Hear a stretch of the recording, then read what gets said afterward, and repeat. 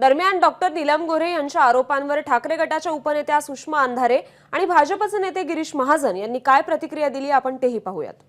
नीलम गोऱ्हेंना या सगळ्या आर्थिक व्यवहाराबद्दल जास्त चांगलं माहिती असेल, किंबहुना त्याच्या पहिल्या लाभार्थी नीलम गोऱ्हेच असणार। मला नीलम गोऱ्हेंकडून खरंच तो हिशोब ऐकायला आवडेल। आता राहिला प्रश्न त्यांना काही जाब विचारायचा का, तर अजिबात नाही।